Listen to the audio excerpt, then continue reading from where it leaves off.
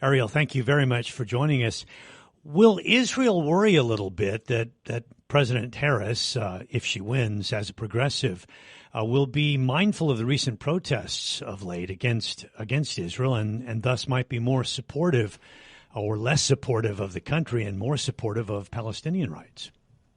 First of all, we should all be worried because we have a candidate, and if she gets elected, we'll get a president whose foreign policy was never a priority in her career. She started as a prosecutor, she became a senator, and she worked in the shade of President Joe Biden, who prided himself of being a foreign policy hand.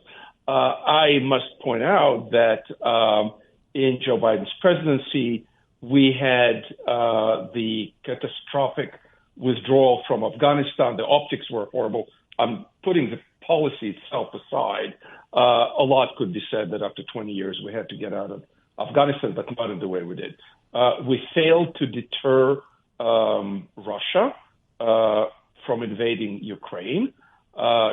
Iran is wreaking havoc in the Middle East, not just against Israel, with the Houthi terrorist organization and government in Yemen, but also with Hezbollah in Lebanon and the Iraqi Hezbollah that kidnaps and shoots at American soldiers, etc.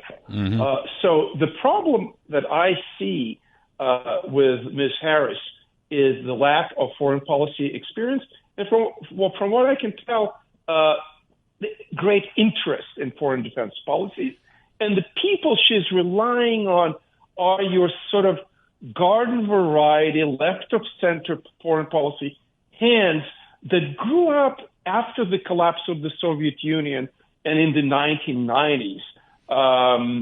When I came to Washington, all these people were around, and these were our formative years.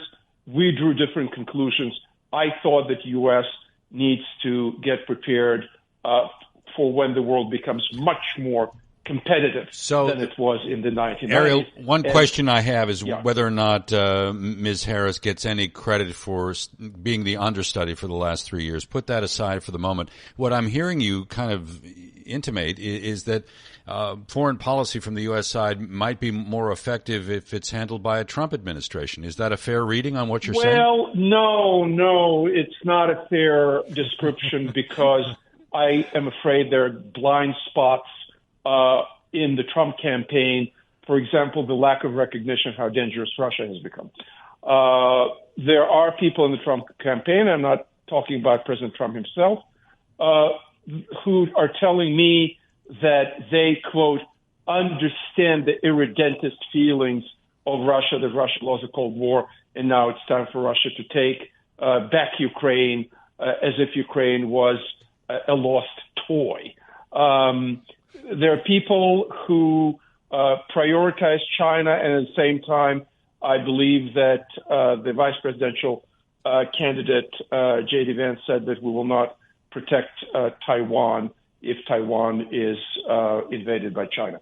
So the America First isolationism sentiment may undermine our security and security of our allies, just as the weak left-leaning internationalist view of the world that is always so reticent from using force also is undermining our security.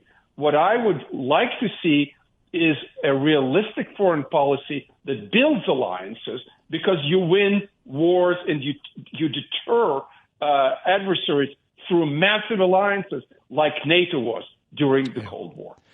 Let's talk a little bit about immigration policy and maybe treat it kind of like foreign policy in that it seems like in the United States we need people from Mexico to be able to get into the United States.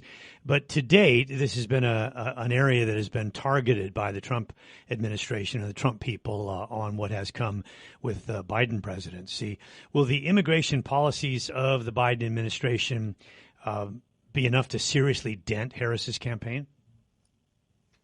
Well, if one considers that Ms. Harris was put in charge of overall immigration policy, yeah, we had a Department of Homeland Security that some people say did not do such a good job, and we have millions of people coming here illegally. Is that immigrant? Is that how you understand her myself. mission? Was she put in charge of solving the problem, or finding to put her finger on the source of the problem when she made the trip to those countries in Central America? My understanding is that she needed to come up with an overall policy, both inside the country, on the border, and outside.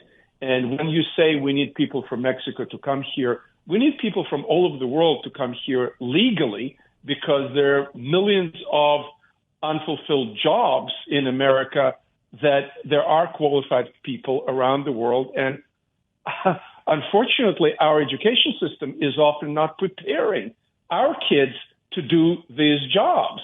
I have friends in industry. Quickly, Ariel, almost out of time. Quickly. Yeah, sorry. Yeah. Yeah, I guess we'll have to save it to next time. Sorry, we put two questions to you there in one without a lot of time left. But we will talk again soon. Ariel Cohen, Senior Fellow at the Atlantic Council.